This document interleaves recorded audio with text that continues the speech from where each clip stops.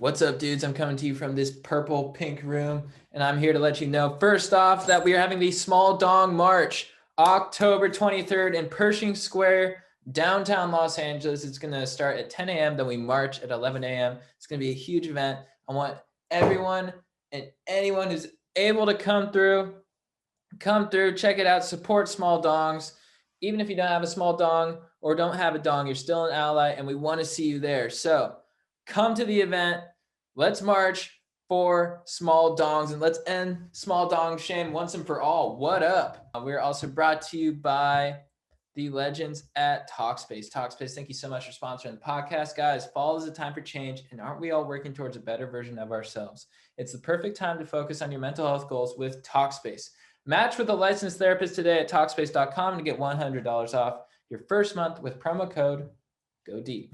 We are also brought to you by the legends at Manscaped. Manscaped, thank you so much for keeping our trims peeled, for looking after our hogs, for making sure their dinks are looking fresh and clean. Because do you know what's spookier than seeing a black cat on Halloween? It's shaving your balls with anything other than Manscaped. When it comes to below the waist grooming, there's no need to carve your pumpkins this Halloween because Manscaped is here to upgrade your grooming experience. Go from a bite-sized candy bar to a king-sized candy bar and join the 2 million men worldwide by going to manscaped.com for 20% off plus free shipping with the code GODEEP. Finally, last but not least, we have a new sponsor, the legends at Liquid Death. Guys, it's time to murder your thirst with Liquid Death. Guys, Liquid Death, what's dank about it is it's sparkling water. It's super delicious. You can get free shipping on all water and merch at liquiddeath.com/go-deep. That's liquiddeath.com/go-deep. And you can get some at Whole Foods, 7-Eleven also. And the cool thing about it is it looks like a tall can of brewski, but you're drinking water, so you're staying healthy. It's so legit. I love them. Check them out, liquiddeath.com/go-deep to get free shipping on all water and merch. Let's start the show with that sneeze. What's with deep? Going deep, chatting JT. All right, guys, we're gonna blow this boat up. You want to blow this boat up? That's Fred Durst at MTV Spring Break. I think 99, 2000, blowing up a boat. And that's the way we're going to fire off this podcast. We're blowing up a metaphorical boat of Stoke.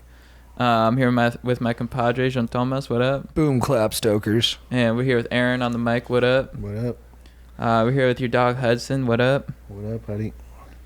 We're, let's not forget that Limp Bizkit did the theme song, the Mission Impossible theme song for MI2. I listen to that song while I run. Which one is that? It's just the they do the yeah. What a banger. With Fred Durst on vocals. Mm-hmm. Dude, blowing up your boats too, that's like burn the boats. That's what explorers used to do when they got somewhere. Yeah. They're like, hey, we got to burn our boats down or else we'll just turn back and run. We got to burn our boats so it forces us to figure out this place. To settle? Yeah. Oh, I didn't know they did that. I think that's like a phrase that people will use, burn the boats. Yeah, I think I've it's heard that. from I think it was in that David Epstein book we read, Range. Oh, okay.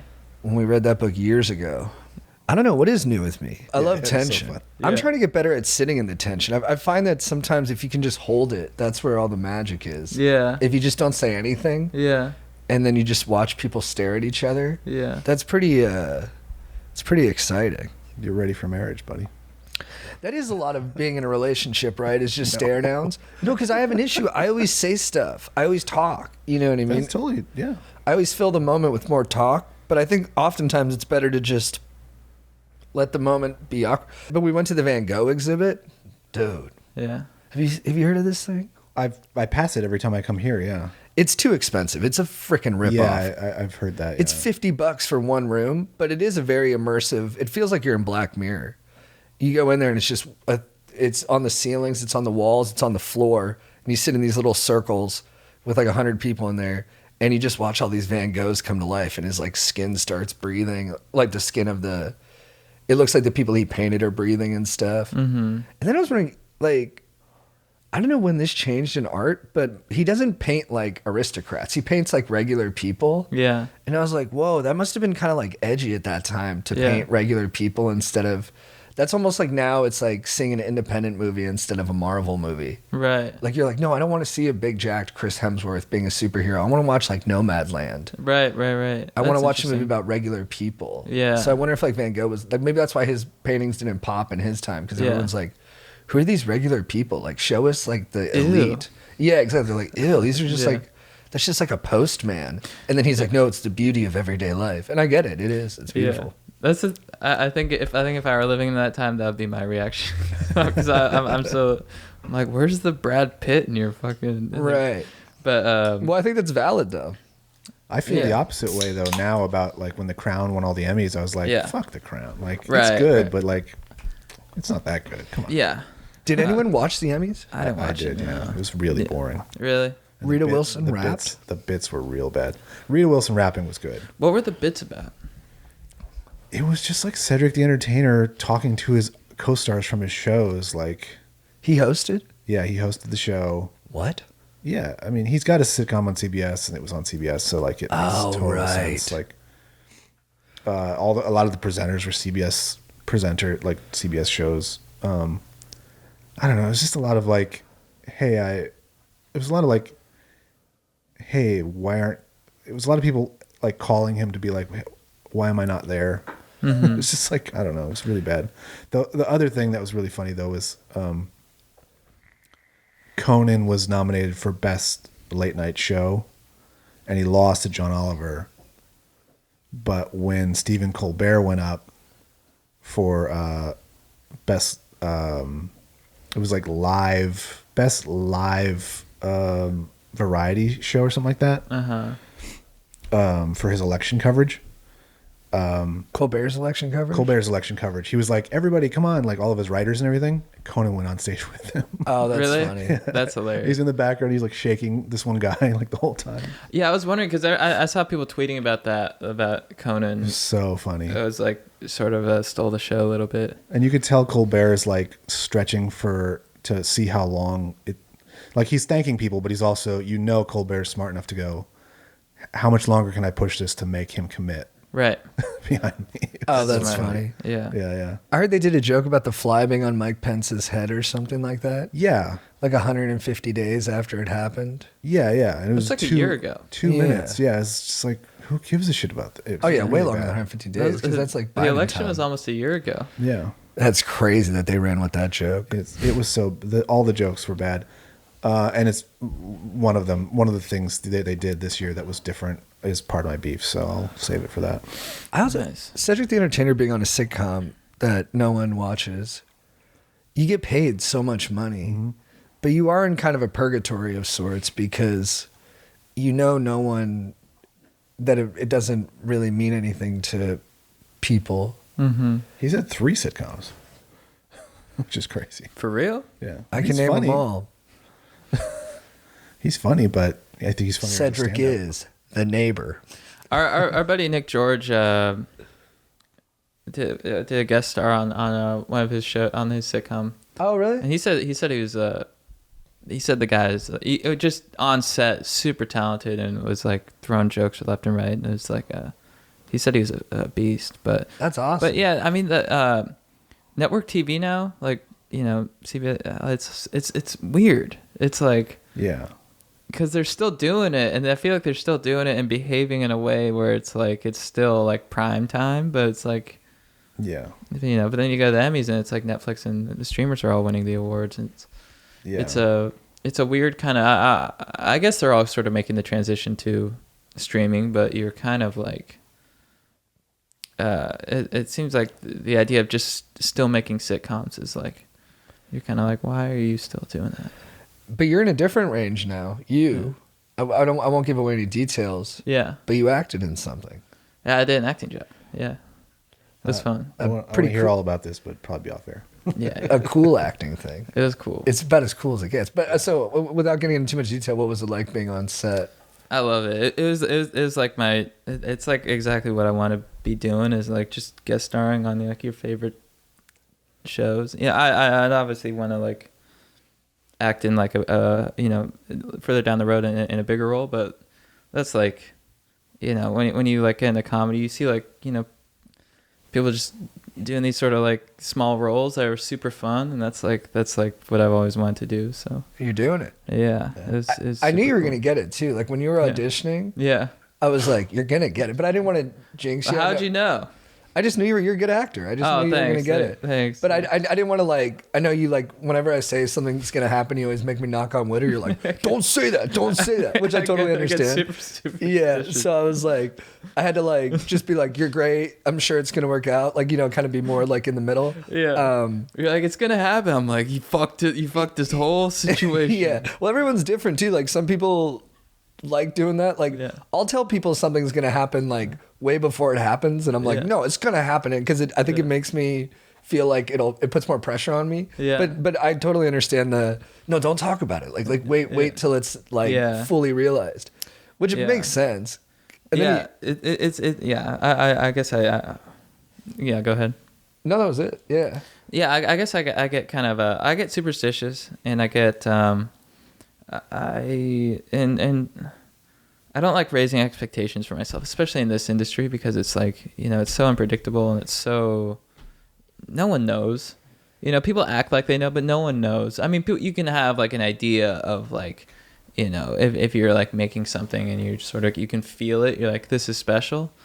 But, it's like the industry itself is just like, it's a lot of it, you're just rolling with the punches and you just keep pushing forward. And then, but then when you get fixated on something where you're like, this is going to happen for sure, and it's going to take me there and there, and oftentimes I don't think it ever works that way. So I think getting set on that is like, it's just, that's why I get scared of. Totally. I mean, these last 2 years have taught us that for sure. Yeah. For sure. Yeah. Because we had a project and then COVID happened. Yeah. And then it was supposed to come back, and we're looking good. Yeah. And I'm sorry we have to be vague about everything, guys. I hope it's still interesting with the lack of specifics, but it'll be cool in due time.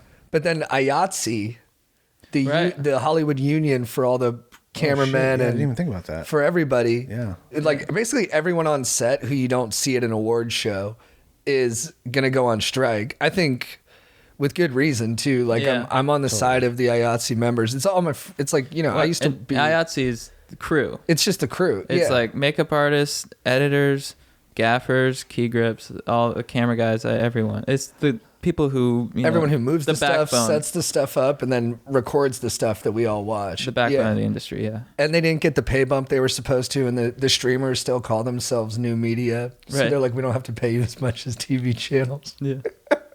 Yeah, and they're just giving no turnaround time between shifts and no breaks and no. I mean, like I did it a little bit too, but like I have friends who've been working those jobs for like almost a decade now, and like they'd work 16, 17-hour days and then be driving home and like pass out behind the wheel, and it's not an uncommon I've fallen asleep on the freeway during a PA job. Yeah, in the fast lane. They really do. I weaved into the fast lane. You did? Really? Yeah. Luckily no one was there. They work you like a dog, man. Yeah. I had to be on set at like 4 a.m. at like a shoot we were doing at like a Jewish day camp in Malibu. Yeah. And I was running late, and when I got there, my tires were smoking like a race car. Really? From me taking the turns so fast. Yeah. Because the pressure, if I was late, they would be like, "Where's JT Park? JT Park, switch to 2. What's going on? Where are we supposed to park? Yeah. Oh, you're fucking this whole thing up." And you're like, That's when I started doing Adderall, because I was like, I felt like I had to like, I wasn't like aggressive enough. Yeah. And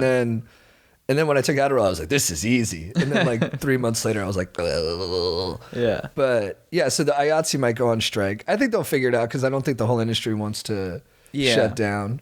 And literally, you can't make anything without them. I know, it's wild. It's historic. I mean, the last strike was World War II. Yeah, isn't that crazy? 1948. Yeah. For Iatse, Yeah. Obviously, the writers went on strike for like a couple months. I moved here right when the writers' strike happened. The first one. I moved here 2 weeks in 2007 before the writers' strike. I went to see a taping of Jay Leno during that. Yeah, he paid his whole staff. Did he? He paid out of pocket to keep the show going. What a beast! And and like on set too. I mean, those it's high. It's always high stress, because if someone's late, if you lose a minute, you're losing thousands of dollars. It's like, that's why it's so funny when you hear about stars who are just taking their sweet ass time and they're like 3 hours late, and it's like, you just cost production like $300,000. Yeah.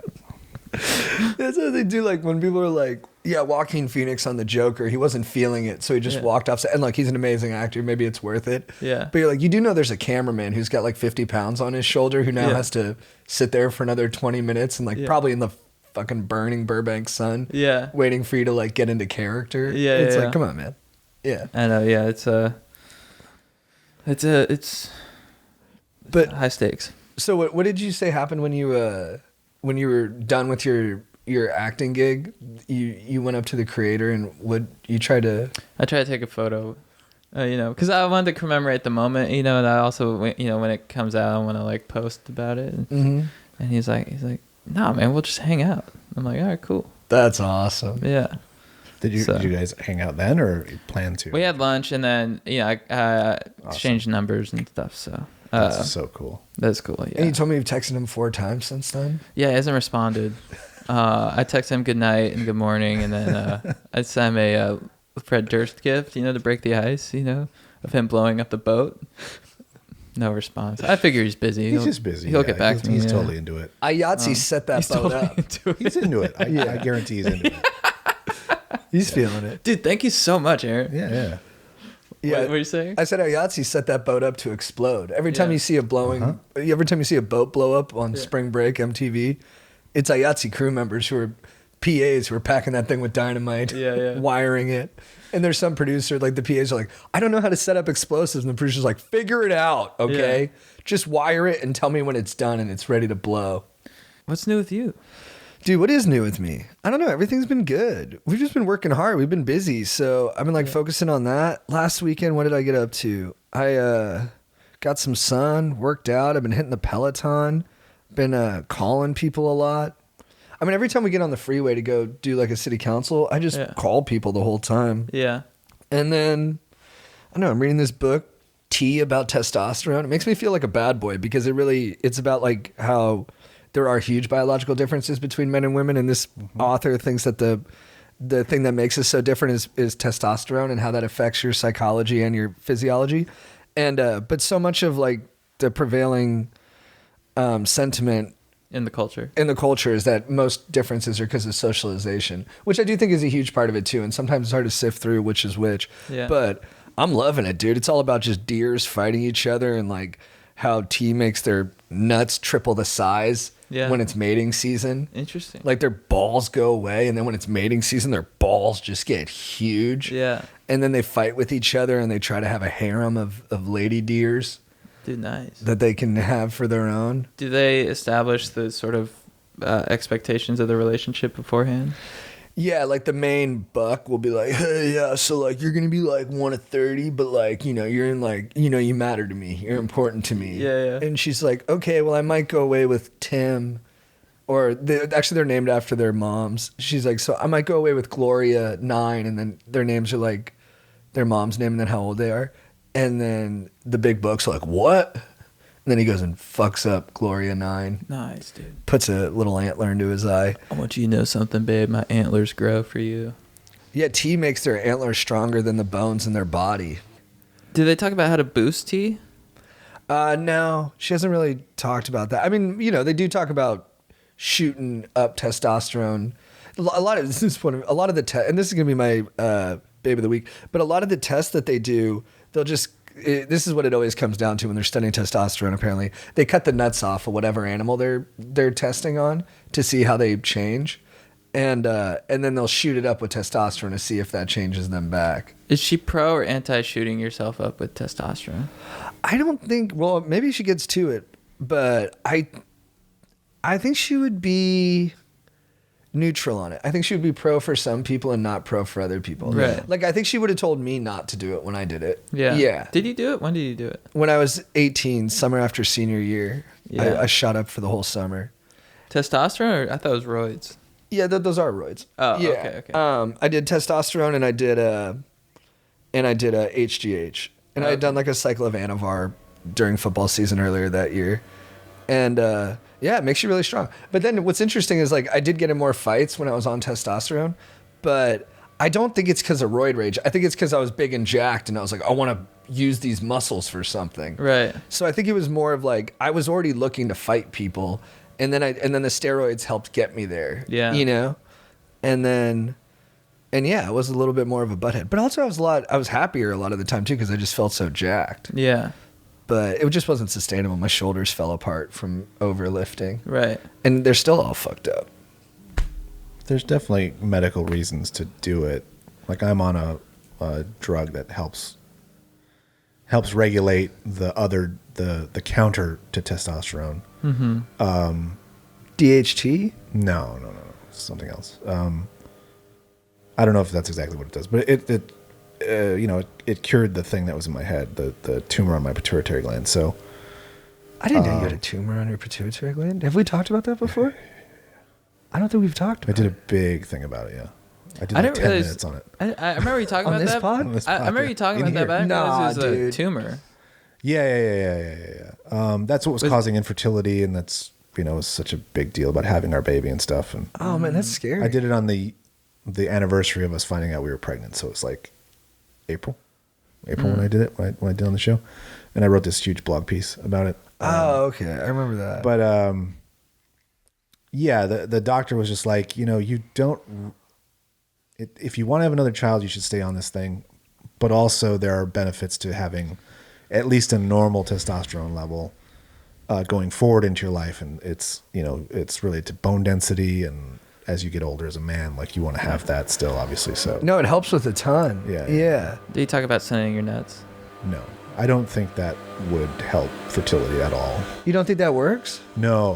Whoa. Debate. Dude, we should compare loads.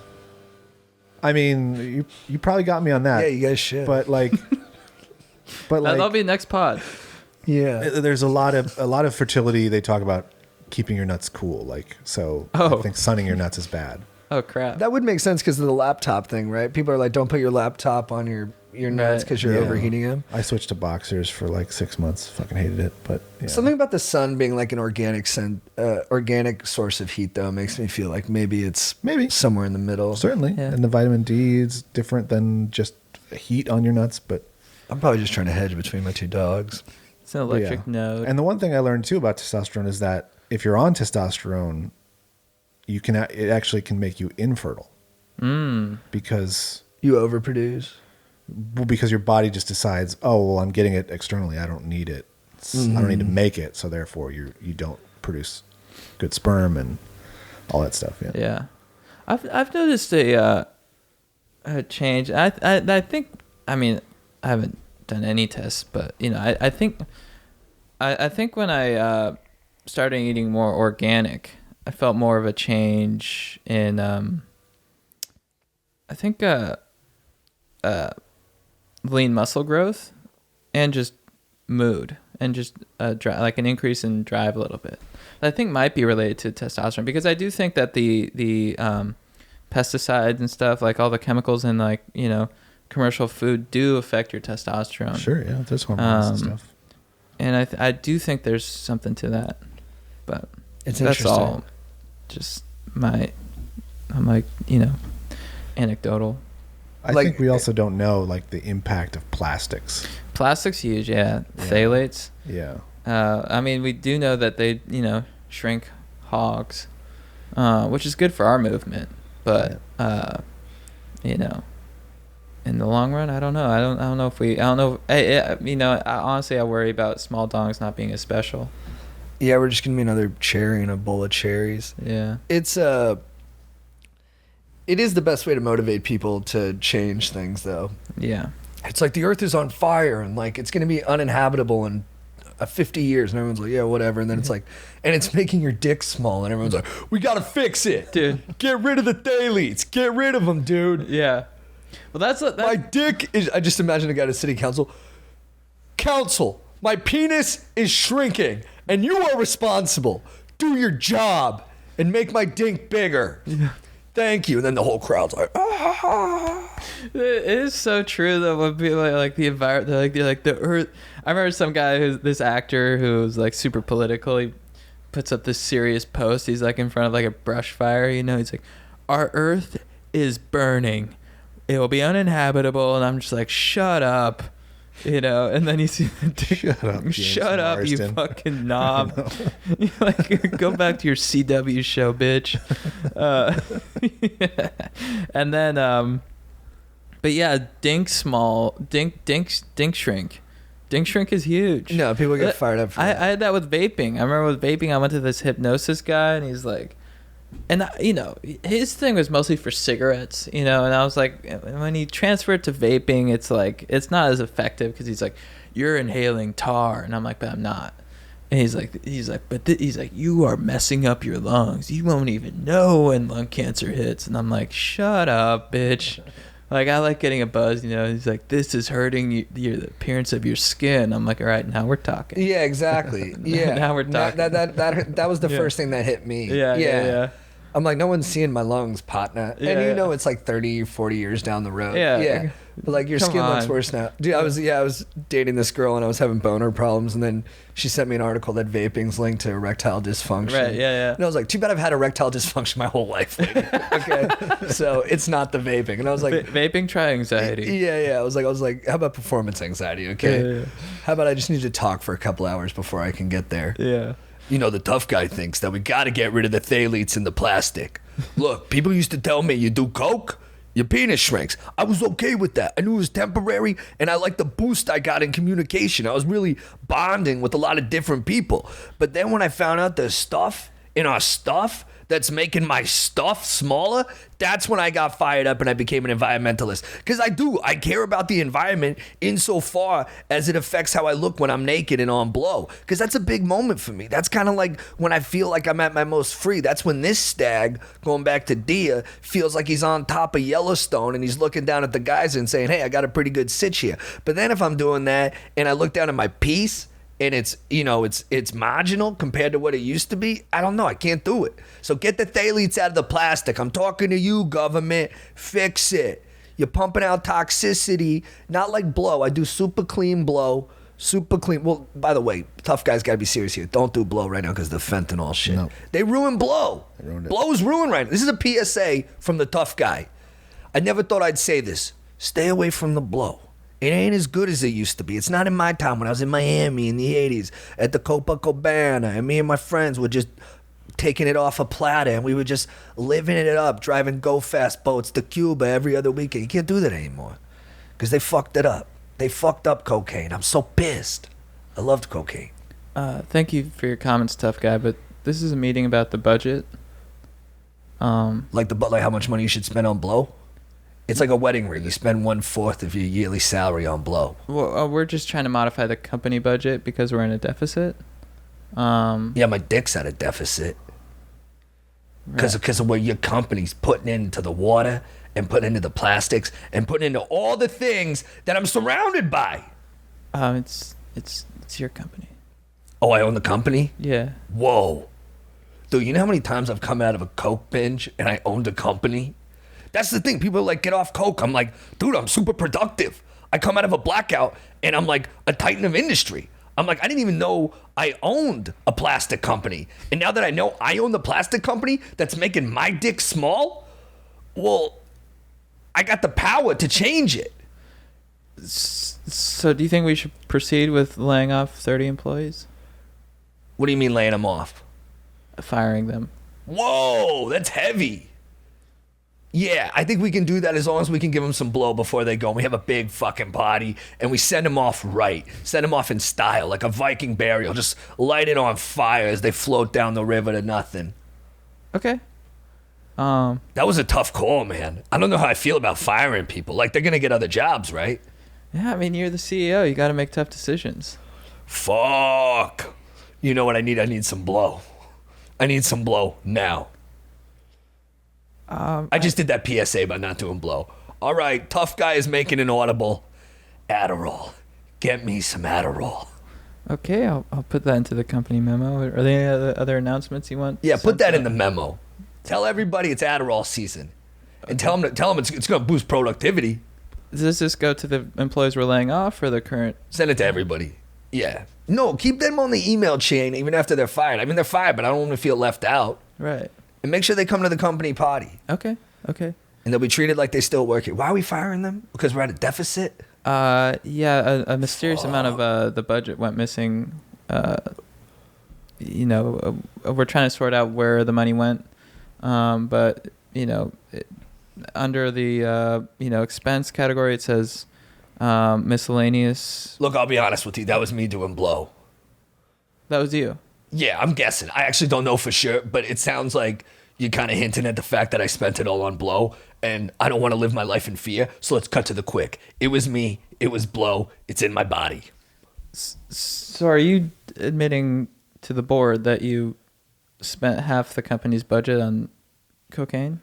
Hey, you cracked it. You cracked it.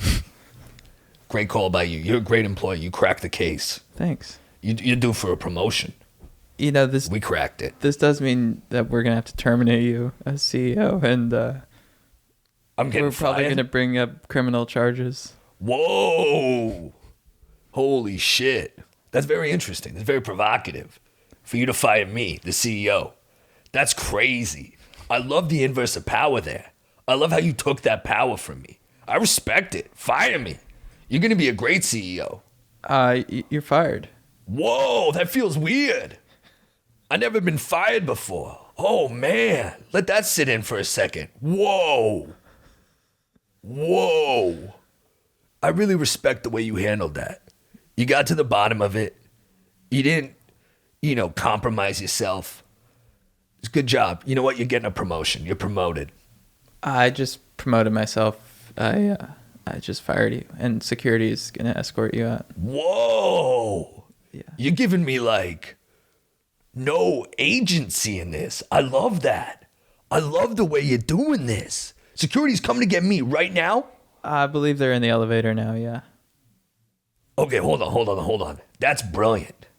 You're a genius. That's brilliant. Because now I'm done. Yeah. I didn't even know I ran this place till a couple hours ago, but I really got into the power of it when I found out, This is like a Stanford prison experiment. And you're the god. But I thought I was the god. But I'm the prisoner. Whoa. What a control. What is it in an experiment? You got your control and then you got, what's the other one? Your random? Placebo. Whoa. Sorry I said whoa so much. Is Coke a placebo? Coke's not a placebo, right? No. Good. All right. Well, it was a pleasure working with you. I'm glad I promoted you. I'll, if you ever needed my help, I'm here to run things if you need me. I'll probably be running them from, whatever discotheque I'm at later tonight. Okay. Well, we'll see you in court. It's a date. Thanks for making plans with me after you fired me. That's so, I don't know, just generous of you. I didn't think I'd see you again. All right. Security? Security? Sir? Your security. Get into it. All right, we're gonna just have you come with us. Can I tell you something? Yeah. I like your cool, detached demeanor, but to get the tough guy to leave, you got to match my energy. So, I'm doing this for you, security. Bring it a little harder. All right, Randy, hit him with a taser. Oh, that feels good. I love how you did that. What is in that? Is that electricity? That fucking slaps, dude. Bro, whoa. That might be better than blow. Oh, that's making me horny. That's like pure testosterone in there. Yeah, you are erect. Dude, my nuts always do show through my shorts on this show. That's crazy. I was talking about your cock. Yeah, no, I do have an erection. Every time I get caught with an erection in public, which is more often than I don't care not to admit, I always laugh. I think too many people, they get defensive. They're like, "Oh, I got a boner. I'm sorry, I didn't know." I'm always like,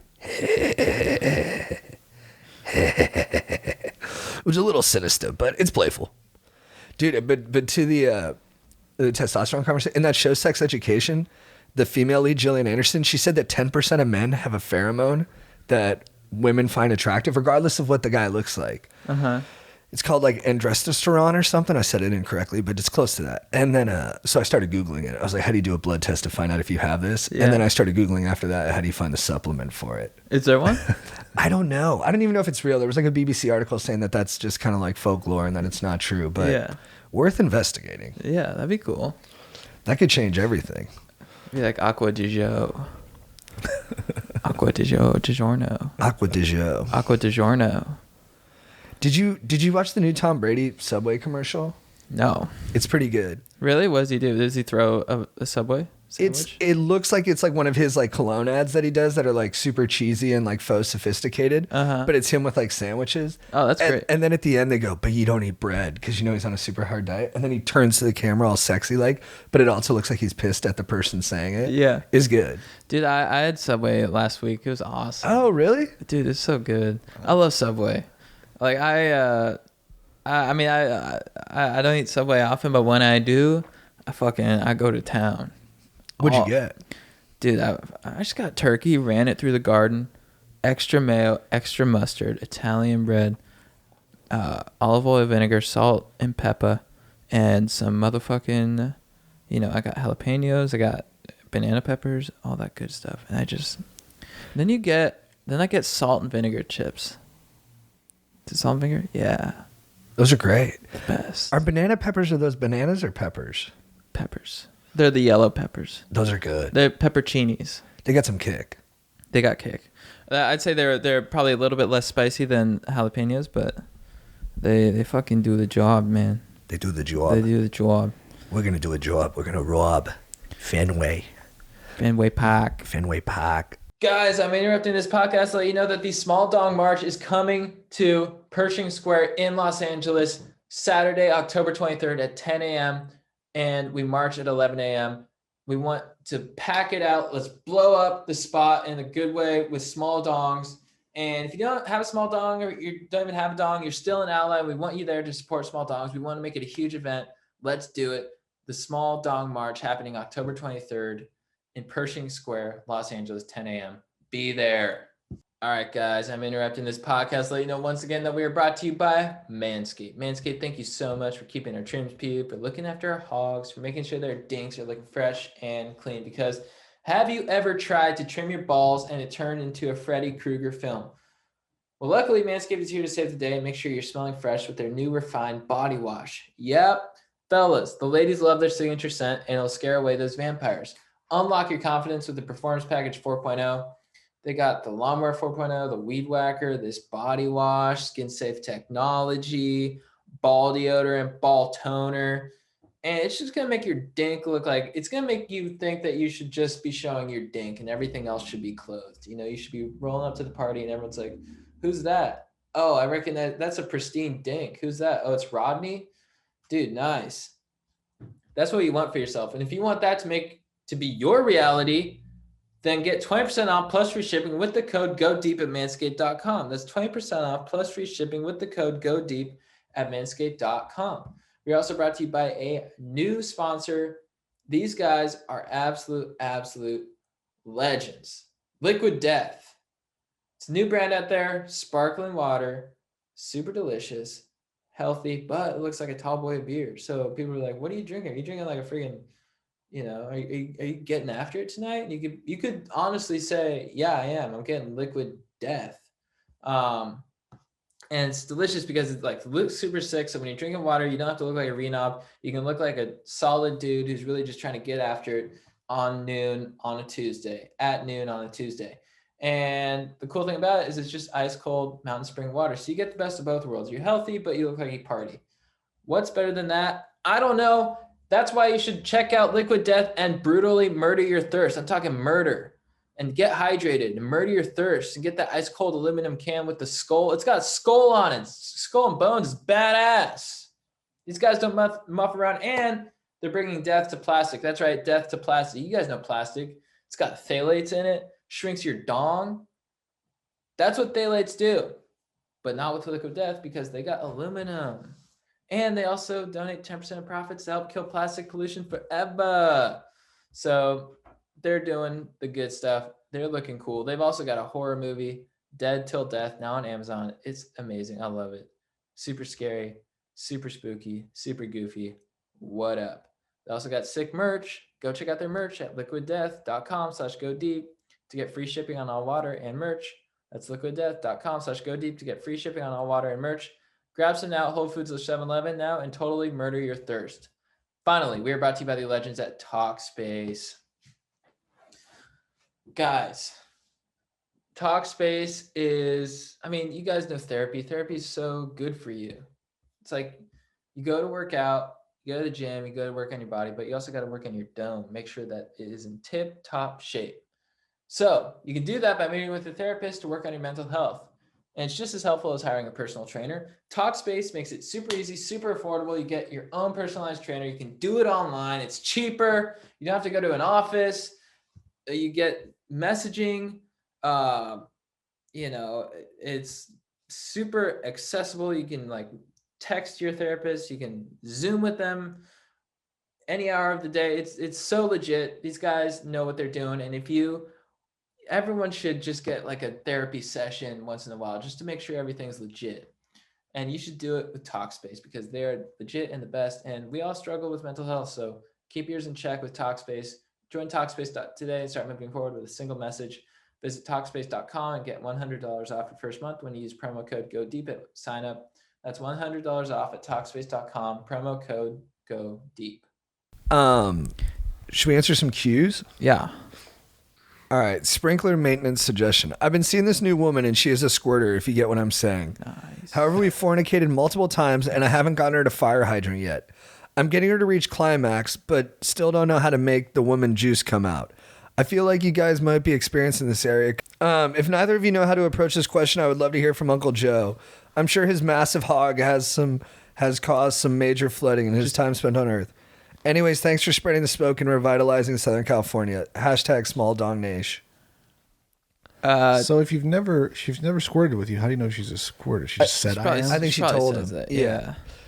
Dude, it is tough when someone says that to you. I had a girlfriend and she was like, before we started dating, like before we became boyfriend and girlfriend, we were on like our third date. And she's like, I dated this dickhead like named Darren. And I mean, he was an asshole, but he did make me squirt for the first time. And I remember I was just like, huh, cool. Yeah. And I felt like I was intimidated. Yeah. You know, it's almost tough when they tell you like what they're capable of, because then it just gets fixated in your head. Like, Oh, yeah. you're just like, well, if I can't do that, like I suck. Yeah. That's putting a lot of pressure on you. I don't know if I've ever been with a girl who's told me that, but it is a lot of I imagine a lot of pressure. Yeah, I think it'll happen by accident, man. I think if you just get lost in the moment and you're really present and paying attention to her and paying attention to yourself too. Because I think, if you're so worried about making her squirt, you're probably not having a good time, man. Yeah. You're all fixated on just trying to get this result. And that's not good for you. Like, do what feels good for you too. I mean, obviously do what feels good for her, but do what feels good for you. And if you get lost in your own passion, I think you'll just by chance find yourself in Squirt Valley. And also, dude, just ask her. Be like, what can I do to make you squirt? They'll tell you I guarantee she knows how to make herself squirt. So just be like, just guide me, tell me what to do. Do we need extra stuff? Am I hitting the right spot? Japwang, japwow. And before you know it, you're fucking drenched, dude. Yeah, just scratch her back while she gets herself off. Yeah. And then just support her. Just be whispering in her ear, being like, you're doing great, honey. Yeah. Can't wait for you to feel all that goodness. Yeah. And then when she squirts, be like, good job, sweetie. Yeah. And then when she squirts, just be like, I squirted too. But yeah, you got this, man. Congratulations. It sounds really exciting. Now I've made somebody squirt. Oh, Aaron. Multiple. Whoa, Aaron. In the same sesh? No. Oh. No. Aaron. I don't know if that's possible. Aaron. But also, as someone who's got experience with this, you don't want it. It's I've heard this. real big hassle. I've heard this to from clean friends. up. Oh, Yeah. a cleanup? Yeah, it's But a dude, I real- do want it. I like that nastiness. I mean, I'm gonna get squirted in the face. It will ruin your mattress. Like you. Nice. Yeah. Nice. You will dude. never want anyone to see that thing without a sheet on ever again. It's Does it stain? yeah. Ew. Yeah. Oh, dude. It's not good. Can we just celebrate for a few minutes Aaron's accomplishments in this department? What are you gonna throw on, like 112? Yeah, that's a great idea. All right, here we go. All right, this guys, picture Aaron making someone squirt. Aaron is getting drenched right now. Song's taking a second play. The song is taking a sec, just like it takes a sec to make the magic happen. I'll start playing my own sort of this is Chatty Wine. It's a play on. Dude, that's a really good. Chatty Wine. That's a good character. Commence.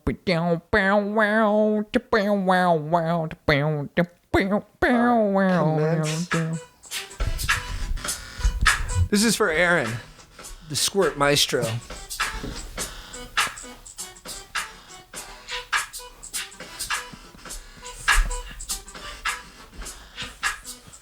This is for you, Aaron. Let me tell you what I wanna do. When I feel you, when I ride with you, when I look my lips all over you. Can't get enough of you. Always again you, so sweet, I can't forget. So good, girl, you make me sweat. So I'm talking Hudson is so confused. Your dog is so chill during all this, but he looks excited. Whoa. That's all it's. Dude, he's watching me twerk. That was crazy. But yeah, man, that? don't be too obsessed with the squirt. It's just part of the thing. Yeah, and I don't know, man. I go back and forth on it. It might just be you make someone pee himself. Nothing wrong with that. I mean, it does mean she had a good time. You know, it's not like there was ever a complaint afterwards. All right, here we go. Crossroads. My dong is the smallest in the friend group. I still live with my parents, smoke dummy kush, and crush 2K in Call of Duty. Bro, sounds like you're living the dream. I'm fully addicted to porn, hit the sauna ritually every week, and listen to LRB, Little River Band, and Erykah Badu on repeat. I don't know the first one, but Erykah Badu is magical. Pretty sick, right? What's the problem, you ask? I left a really good money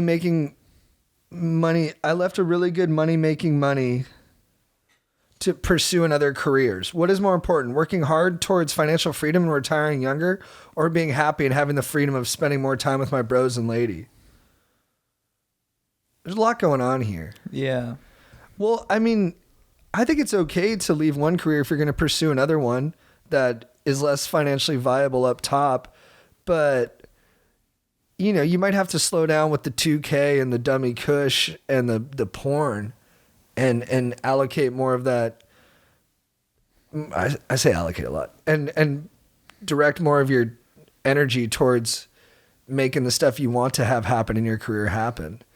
And, you know, everyone needs downtime sometimes to reassess and recharge, but, you know, it sounds like this is what you're fishing for me to say to you is that do this other career, do what makes you happy, but do it. Like, let's go, dude. Let's go. I think it all depends too on like what kind of life you want, you know? Mm-hmm. You know, if you want the life where you're sort of working towards financial freedom, so you get like financial freedom at like 40 or something, it's like, if that's what you want, then I'd go hard in the paint, you know, and just sort of, you know, blinders on and just make that happen. But if you want your job to be something you're like passionate about and you want to sort of, you know, just sort of enjoy each day is, you know, I don't know. I think it's sort of follow whatever you think will make you happiest, but Yeah, there's no right answer, right? yeah. But I also think that, you know, working in such a way where you're like, I'm working right now so I can be happy later. I don't know if that, I think we've seen tons of examples where that doesn't work. You do hear a lot of stories about people being like, I was always like putting off my life in favor of my career and then thinking one day I would live my life and then now I regret that I went that road. Exactly. But then you also see people who regret never like committing to something fully and they just bounce around too much. So I agree with you. It's like based off the limited information we have, there's no like one size fits all answer. Like, but obviously this guy kind of feels like, I think he feels a little bit listless right now. Yeah. Because I think he's being playful, but he's also being a little self-critical with the initial stuff that he listed, you know, like with the 2K. Maybe he's being too hard on himself too. It's not like successful people don't play 2K and masturbate a lot, but it does sound like, I don't know.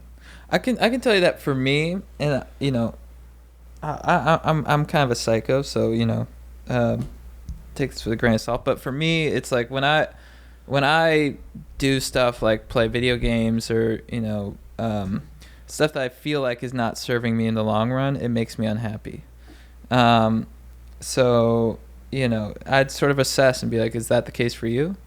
Because I sort of like to live my life where I'm like, I feel like everything that I'm doing is sort of pushing me forward in terms of progress. Even if it's like, and we work in entertainment, so even if it's like watching movies, I like to watch movies where I feel like I'm learning something still, or like appreciating this, filmmaker, actor, whatever. So that's sort of how I approach my life, and that makes me really happy. So that's just me, though. Yeah, I don't know. Yeah, it's your values. Yeah, you know what I mean. Like I like to play 2K or not 2K. I like to play Call of Duty with the guys, but then I've taken a couple weeks off because we've just been busy and like I just don't have the bandwidth for it right now. Yeah. But I do know that stuff feels better, like if it's after a good day of like work. Exactly. Yeah. Or like at the beginning of the pandemic when there was no work to be done. Yeah. I was like tickled pink just to like play Call of Duty all day, and I was like, and I kind of needed that. I hadn't done that in like a long time, but it's all situational. And then, I think. Yeah, force yourself to do things that are like gonna make you like. I guess the thing I like information. I like learning stuff a lot. So I'll just like, if I read like, I don't know, 20 pages out of a book, or I watch, or like I listen to a podcast that's like in a subject that's difficult to understand, and I feel like I gain some understanding. It does make me feel better about then going to have a drink or something like that. Totally. It feels more balanced. Yeah. If you're sort of. If you it's like rewarding yourself, I think, is important. It's like living your life and working in such a way where you are able to get to a point where you're like, okay, now I can reward myself. It's like what we're working on now. I'm sort of thinking down the line of like, how am I, and I'm trying to stay present in the moment, but also of like, thinking of like how I'm gonna reward myself when we're done. I'm thinking like a big bowl of CT crunch and some raging. That sounds great. Yeah. So, and we're in such a lucky situation. It's hard for me to say. I'm like, just follow your passion. Do what you're. I'm like, just follow your passion. Do what you're passionate about. But it's like a lot of people can't say that, and it's difficult to find that. So yeah, but this guy, I mean, he's got a lot in his favor. Like, he's living at home with his parents, so he's not paying rent right now, or maybe you are, but I'm assuming you're not. You're probably getting a lot of free food. Yeah. So you got like, he's not a great guy, but like Daniel Snyder, the guy who owns the Washington football team, he started his business. He dropped out of college and started like a billboard business out of his parents' basement. Yeah. Turning into like a huge operation. Yeah. And so I think it's kind of smart you're with your parents, but use that time wisely. Save up some cash and get things in motion. Yeah. Or you don't have to. If you just want to live at your parents' place forever, that's cool too. It's a little bit of a tougher sell to other people, but if it really makes you happy, then you'll be okay with it. Yeah. But can you really be okay with it? That's the hard part. And your parents too. I'd check with them to see if they're stoked on it. Yeah, if you live there forever. Yeah. I'm guessing not. They're your parents. They should accept you no matter what. They should just let you live there forever. My parents are so easy that like, so I'll have friends who would be like, oh dude, I crashed my car and like I need a little money to fix it, and I'm too embarrassed to ask my parents. I can't ask them for money. I'm like, do it. That's what they're there for. Yeah. I'm like, look, they fucked you up. All right. Yeah. It's their fault the car even got damaged. Yeah. I don't really believe that, but I'm like, I don't know. All right. Last one. Love Rhino Extendo Maximum. I like this title a lot. My 16-year-old cousin started texting me last night at 1 a.m. about gas station boner pills. I told him not to do that. He's young, dumb, and full of cum, so he doesn't need them. He's a good kid, smart as hell and driven. He doesn't need Love Rhino Extendo Maximum. No one should take this, not even rhinos. We talked about this, but I didn't get to him. He says he wants a rhino cock. What do I do? I really like this question. I like the way he articulated everything. I like the point of view. I'm a big fan of this question. I think first off, I'm of two minds about it. I agree he shouldn't get boner pills. There's no reason, horny goat weed at your 7-Eleven is not going to give you a rhino cock. The only way you're going to get a rhino cock is if you grab your ankles and let the sun penetrate your gooch. And that's science. But also you got to let him go out there and make his own mistakes, You can't, you can give him advice, but you got to let him fall down a couple times and get some scabs and fall into some boner pills and see what's good with that. So I think that's, give them advice, but don't try to control them. That's my thoughts. I wouldn't like ingest anything you get at a gas station. Yeah. Like, they're not putting the top of the line products at a gas station. I don't think that stuff. Yeah. There's like zero regulation in gas station products. And I get the feeling you want to feel strong and tough. You're like a blowfish. You want to blow up and look intimidating with your big hard cock. But it's a performance. It's acting. It's not the real you. Your sex will be better if you're being the real you. Yeah. When I have sex with Viagra, I feel like it's like a wooden dick. It's not even my dick, and I don't really feel as into it. Really? And I'm doing more work, but oftentimes I'll feel like it wasn't even me that was having the sex. It feels like an imposter. Because I don't even move the way I like to move because I got this dick I'm not used to having, and I'm like, yeah. And then I'm like, it's not even how I fuck. Yeah.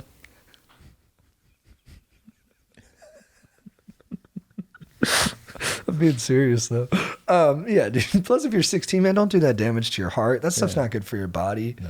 Like you got to see the long run. You want to be fucking when you're like 70, right? Yeah. Well, you're stealing from that a little bit by taking these crazy drugs. The disadvantage too of having a rhino cock is like, if you have a big hard cock that often, the chances of you falling and then falling down on it and right angling it, they go much higher. Dude, you don't want a right angle dick at 16. You want to get that when you're like 30, when you know yourself a little bit more and you're able to, work your way around it. That's the benefit of a softer cock. There was a male porn star, I think Prince Yeshua or something. Black dude, he wears boots in all of his scenes. And I guess a girl was on top of him bouncing on it. And she fully deserted and then came down on it too hard and like snapped his Jimmy in half. Oh. He was out of commish for like 9 months. So I had to cut him from my fantasy team. Oh, for real? Yeah, because we didn't have any IR spots. So I had to drop him, which was sad because he was like my 3rd round pick. Did he at least get an injury wild card? Yeah, I tried to pick him up later through waivers, but he was a hot pickup from all the other guys. Yeah. Mm-hmm. It's a 15-man league too, so there's not much room in free agency. Dude, that's all I can think about. It's painful. Also, if there's any way in the world that this is actually rhino-related substances being involved, they're an endangered species, and you shouldn't. Oh, dude, nice. Nice, dude. Dude, great angle. Don't poach rhinos for this bullshit. It is funny when because that's also in this book about because of all the testosterone that's in antlers, there's a lot of like antler supplements. Supposedly what Ray Lewis took to come back from like a dislocated elbow in like record time. But I don't think taking stuff from animals and putting it into humans works. Yeah, it doesn't cross over until you get the pandemic or something. Yeah, I think we have different systems. Yeah. Well, and I don't even think this thing came from a bat. We're all fairly certain it came from China at this point from a lab. Yeah. Aaron, you know it. I don't. Aaron, you know it came from a lab. I don't. You don't think it came from a lab? No, I have no idea. Right. Well, of course, none of us have any idea. But what do you think? I don't. I think. I respect it. Wet markets are a thing, and they are very gross. You think it was a pangolin? I don't know. That's the best answer. But I think there's gross shit out there, and this was bound to happen because gross shit's out there. Gain of function research. Mm-hmm. Just buzzwords. I just know buzzwords. Gain of function research. Chad, who's your beef of the week? My beef of the week is dude, I have a fucking fruit fly infestation. Oh no. I got back to my place yesterday and there's a bunch of fruit flies. I opened the door and they just probably like 10 just sort of start flying around. I was like, what are you dudes doing in here? And I just had the place clean. It's not like they were like, surrounding a piece of fruit, that I left out. They're just chilling out there. They're looking for shit. And I'm like, where are you dudes coming from? It's pissing me off. Yeah. But luckily they're slow at flying. So I've been clapping them out of the sky or the air. That feels good. It feels good, yeah. But now there's just a bunch of dead ones. I don't want to pick them up because they're gross. So I got like an exterminator. Yeah, and then I fucking, flushed my toilet the other day, and in my driveway, a bunch of like water and toilet paper came out of the fucking driveway, and I was like, What the hell is going on? Is that true? It's true. That's nuts. Whoa. Yeah, dude, I'm dealing with house issues now. Yeah. But luckily I rent it, so I just called the landlord. I'm like, this whole situation's fucked. And now they're on top of it. You got to make those calls. Yeah. That's good. My property manager, Yolanda, what is going on? Because my place was built in like 1950, I think. The sewer does attach, or usually on the driveway somewhere. So yeah. Yeah. Could have Oh, fell dude, apart. maybe that's it. Maybe the sewer's backed up. I would think you'd smell it though before you'd see anything. Yeah, that's true. Oof. Aaron, who's your beef of the week? My beef of the week is with the Emmys. Nice. Aside from being boring and long, and award shows are always long, but they're not always boring. But this is the thing that really drove me bananas. So before every category, or when they announce every category, they would show you clips of the nominees. Totally normal, right? Then they'd bring up the presenter, and then the presenter would do a little speech about something, about the category or whatever. It was just like, just come up and say who won. Like, I don't need a preamble. We already saw the nominees. Like, you're detaching me from what we've been doing now by spacing it out. Just fucking come out and say, Jason Sudeikis, and that's it. Like, it was really weird. I don't know why they did it that way. It's usually, the presenter comes out, the nominees are clips, the winner is. It was, the nominees are, lighting's fun, and whatever stupid banter that if there were two of them they would have, and then they'd crack the envelope out of nowhere, because I guess this bit died, so the winner is. At least if the bit's bad, like, you could just say, and the nominees are, and then everyone kind of forgets about it because someone wins and you just keep pushing. Happy. Yeah, but it was really weird. I don't know why they did that. Whack. My beef of the week is with It'll probably win an Emmy next year. The broadcast will. they give it to So themselves. fucking stupid. That's funny. My beef of the week is with Wisdom 11, the most successful stag in the I think it's the red deer population, which is the most studied by the scientific community. They've written like countless research papers about him. But when they're in their horny season, rut season as they call it, he's got to fight off SFs, which is what researchers call the stags that try to mate with hinds in his harem. SF stands for sneaky fuckers. And this guy, Wisdom 11, so Wisdom's his mom name and 11's how old he is. He just crushes it. I mean, this guy gets all the ladies. And it kind of goes back to what we talked about with Agnes Collard, about how monogamy is this institution we created so that every guy could have a girlfriend. Because back in the day, the hot dudes just got all the girls, and like us nerds were just fired up about it. And we just couldn't stop fighting each other because we were so pissed off. Well, this guy's like the ultimate stud, Wisdom 11. He can, so a typical deer, strong stag can father up to 7 deers in a year. But this guy, he sired 15 calves in one season, which was a whopping 25% of the total number of calves born that season, and a world record for the stags of Rum, where he's from. And this was in a group of nearly 90 adult males. Like, come on, Wisdom 11. Just save some for the rest of us, dude. Yeah. Just not a nice guy. Yeah. Just totally encroaching on other guys' needs and affections. It's like, you don't need to have that much sex, dude. It's like your name is Wisdom and you have a big load. Yeah, he's got the name Wisdom, but he's not displaying much, Yeah. He should give some more to Tatler 06 or Gloriola 09. They're pretty pissed, those guys. But, congratulations on your what would you call it? Your virility. You're very virile. Yeah, virility. Nice. Chad, who's your babe of the week? Is that the first time you've asked me how to say a word? Well, I mess them up all the time. No, I've asked you before. I didn't know how to say jabwow. Which one are we on? Babe, dude. My babe is my buddy Miller. Just a great guy. Always there for me. The guy goes to like 7 weddings a year, so he's just crushing it. And he He's just a good guy. He's always he's like one of those friends who's always like checking in on you. And I'm not the best at staying in touch, and I sort of isolate, but he's always keeping in touch and like, checking in on me, and just always been a good guy, fun guy to hang out with. You've hung out with him a few times. I love him. Yeah. I have the best time with him. Yeah. He's just the best. And he's just, always been there since college. We've had some great times. It all started with the surf video campaign too, and some 4 days of Mickey's at my place in college. And then, that transpired into, a big rotisserie chicken and a 6er Bud Light Platinum on the lawn and just bronzing. And now here we are. So I just want to give him a shout out for being a good dude. And yeah, what up? Aaron. So my baby of the week, I've got two. One I've mentioned before. It's a restaurant, Raising Cane's. There's a location being built in Burbank.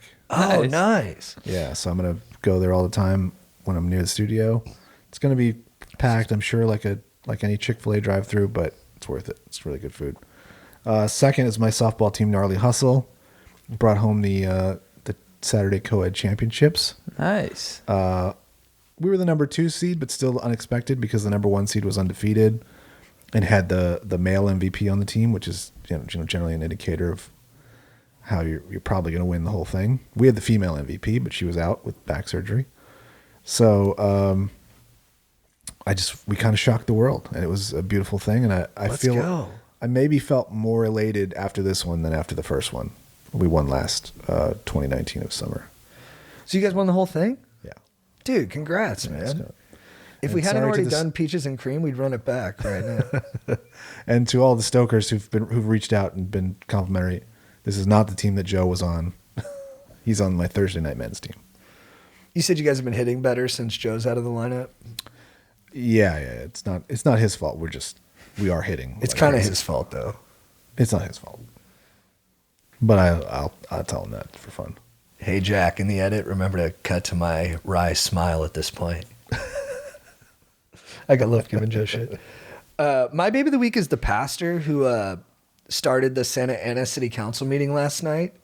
Dude, I get a little skeptical when some of these speakers go because it feels a little self-aggrandizing and it's oftentimes it's like kind of just patter cliche.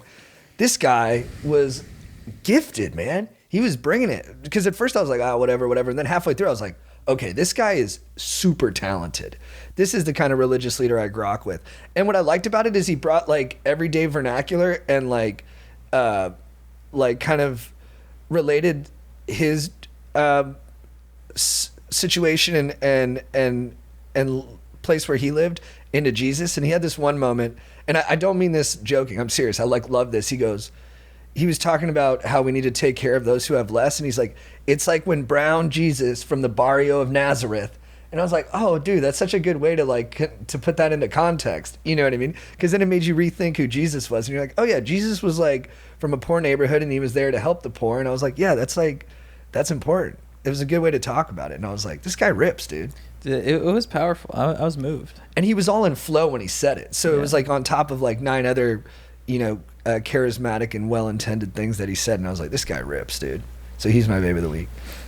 Chad, who's your legend of the week? My legend of the week is the city clerk at Santa Ana. So sweet. We went to a packed meeting last night. It was somewhat hostile. Yeah, because they were battling about rent control. Yeah. And for our speech, we had a big poster board, and security was like, I don't know if you can let that in. That's too big. And I'm like, but it's like, it's an essential part of the presentation. And so when we went in, they like left it outside. They're like, we're going to check the council. And I went to the city clerk, and the city clerk already knew us. She's like, I went to the city clerk to see if I could just send her the photo so they could put it on and display it on like the live feed. And I was like, and before I say anything, she's like, hey Chad. And I was like, hey. She's like, yeah, so the poster board, we're checking right now, so we'll figure it out. I'm like, okay, that's cool. I also have this photo, so I could just send it to you and you could put it on the big screen for everyone to see on the live feed. And she's like, no. I just thought she was just so sweet and just like hilarious. So I just want to give her a shout out. I don't know her name. I'll catch her name next time. She was really sweet. Yeah. And that guy from TKO Boxing, that guy seemed like a really good dude. Great guy. He was like losing his gym, and he started a boxing gym like right by where all the gang activity is to like give the kids an outlet, you know. And he does it all for like free. Yeah. He's been doing it for 28 years. Wow. Just teaching the youth how to, you know, channel their aggression in a healthy way. Yeah. And yeah, you just get moments like that at city council where you're like, dude, there's good people out there trying their best. Totally. And then there's us talking about butthole sunning, but that's our best. I went up to him. I was like, "You and I aren't so different." Yeah. A meeting of the minds. Yeah. Aaron, who's your legend of the week? My legend of the week is a sad one, unfortunately. My buddy John, who I mentioned on here probably a year ago, was diagnosed with brain cancer, and he passed away last Monday. I'm sorry. I'm sorry. Yeah, he fought really hard. You know, they had really crazy brain surgery to take this tumor out, and they got all of it, but it's just so aggressive it came back, and despite chemo and radiation and everything, he wasn't able to beat it. Just such a great dude, just one of like the purely nicest people you'd ever meet. You know, he's from the Midwest, so maybe that has something to do with it, but he also kind of grew up in New Zealand a little bit, and Switzerland, and then you know, he's super smart. He went to Yale, then UCLA, and he was a doctor in cancer research, which sucks too, and then obviously switched to COVID once that hit. But yeah, just one of the smartest, but also humble and nice. And you know, we were going to go stay with his family and go to Kansas City and St. Louis in the same weekend last year, but COVID obviously knocked that all out. But just the fact that he would offer something like that was really cool for a guy for me who'd never been. Also, sneaky great dancer. You guys would have loved that about him. Nice. I didn't have any clue until we're at his wedding, and it's just like, dude, look at him go. I mean, I was like floored by all the food, the amazing food they had at this wedding. But he was up there just rocking it. It was amazing. And dude, the modesty to not show that off at every turn, you know, Yeah, to let it for be real. a surprise in Yeah. the right moment. Yeah, for real. Just the best dude, and it really sucks. And yeah, it sucks. Sorry, man. Sorry, Aaron. Well, that was beautiful. It was a touching tribute, man. I'm sorry. My legend of the week is Mike Singletary. Joe would love this.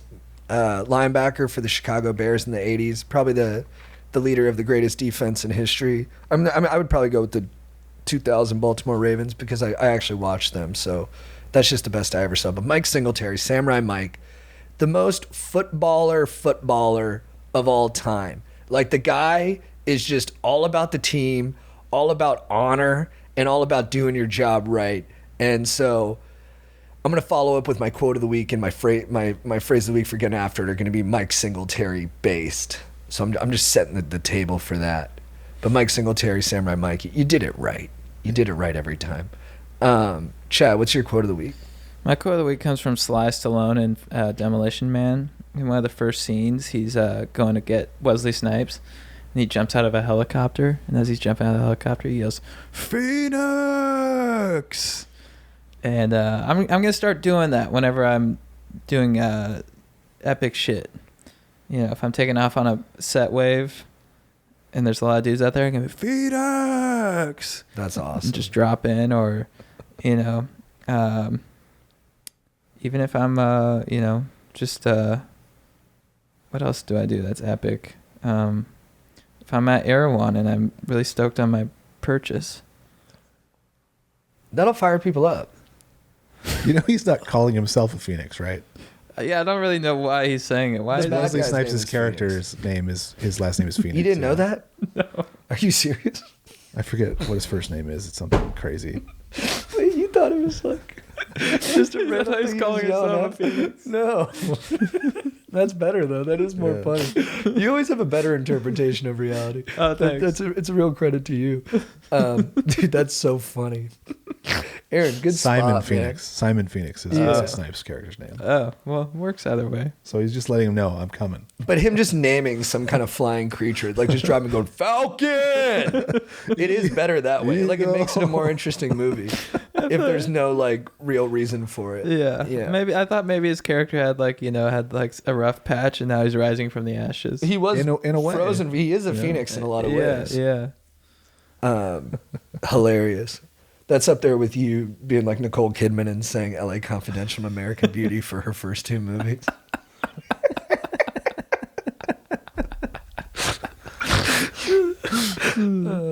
Aaron, what's your quote of the week? By the way, I showed the draft card to my wife, and she totally disagreed with me about who won that thing. Who'd she think won? I think she went Strider, Strider was pretty hurt after. and I don't know. I can't get down with J-Lo. Yeah, I think Strider, because I think he had it in the bag. He looked pretty hurt. Yeah, he was crushing it. Well, his first two picks were Meryl Streep and Sandra Bullock. I was like, there's no way he can lose. Yeah. And then, But yours was strong too. Thank you, Very thank strong one too. It was like yeah, when McDormand and Blanchett. I mean, if you're going for prestige, I was up there. it was very tough to choose. We'll see what the Stokers say when it comes out. I'm excited. Yeah. What's your quote of the week, Aaron? My quote of the week is from Napoleon Hill. He's an American writer from the early 1900s. Victory is always possible for the person who refuses to stop fighting. Nice. And I think that goes well into my team winning this championship on Saturday. It's just like we had no expectations of winning the whole thing. We're missing our, arguably our best player, male or female, and yet and playing against the best, obviously the best team and the best, the best team all year. Also, not to brag, but I struck out the league MVP.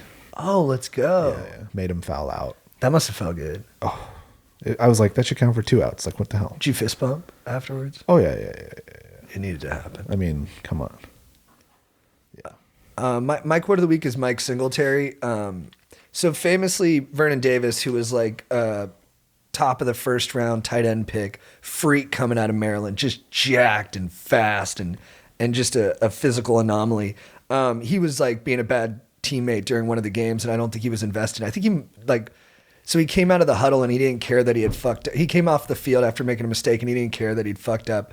And so Singletary, who's all about the team and was the head coach of the Niners at the time, he sent him off. And then in the press conference, he goes, the situation with Vernon is, look, I would rather play a game with 10 guys and get beat up or a flag every time than have an 11th guy who's not out there for the team.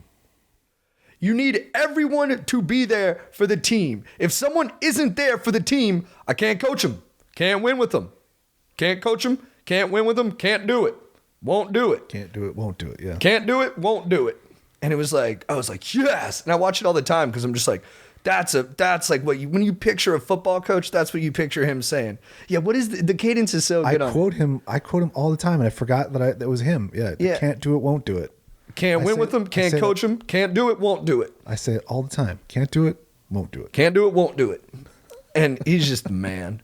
Chad, what's your phrase of the week for getting after it? My phrase of the week for getting after it is I smell pork butt. Well, yeah. No explanation necessary. I think it's better that way. It's tantalizing. It makes you want to follow up. I think mine is just can't do it, won't do it. Can't do it. Also, Vernon Davis, most famous, was getting tackled by TJ McDonald, USC alum, and he got tackled by his dick. I was watching it with my brother, and he was writhing in pain on the ground, and I go, ooh, I think he blew out his knee. Anytime someone falls down, I always think the worst and think it's some horrendous injury. But I was like, I think he got tackled by his dick. I'm like, no shot. Dude, they show a close-up. You can see his dick outline in his pants. This, 210-pound strong safety grabs his dick and drags him to the ground. And then the cameraman, they cut to a close-up of Vernon Davis's face as he's on the ground. Dude, the level of pain this guy was in, he's like, ah! just screaming to the heavens. I've never seen that before. But I got another Singletary quote for my phrase that we forget after it. Always wear your cup, your jock. None of them ever wear cups. They feel uncomfortable. It's tough to run in it. Oh, how do you fit it in there? He had a big hog, I think. Yeah. I mean, he was getting dragged down. It was like midway down his leg. But dude, his track face. guys at the Olympics, like, because they just wear that outfit and no underwear a lot of times. Whoa. You can see Dick. Oh yeah, That's awesome. just 110 hurdles and then flopping around. Oh man, insane. So my phrase of the week for Get After, it's another Mike Singletary quote from like his Sports Century. He goes, I believe God gave football to us to turn boys into men. Nice. Yeah. Yeah. I played 1 year. Yeah. Yeah. Football's the best. Football season. We're back, baby. 0-2 in my fantasy league. It's a longer season this year. We're going to turn it around. We got this. Come on, Antonio Gibson. Stop getting your goal line carries vultured. Get in the end zone. Vernon Davis was on my fantasy team back when the one and only time I played. And he credits Mike Singletary for turning his career around. He says that moment really changed his perspective on stuff. So, you know, Mike Singletary helped him in his journey. All right, dudes, I think that's it. Well, that was fun. Yeah, that was great. Hand me the screws.